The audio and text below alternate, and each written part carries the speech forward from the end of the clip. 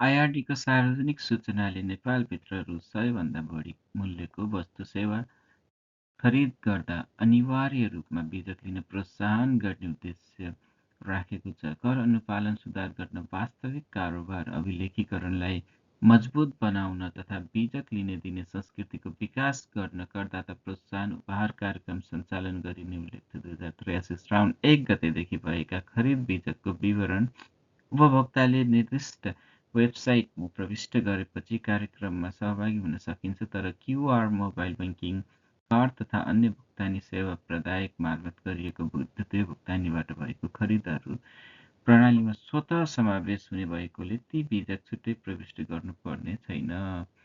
उपभोक्ताले समयमै विवरण भरेर कार्यक्रममा सहभागी लिनुहुन अनुरोध गरिन्छ।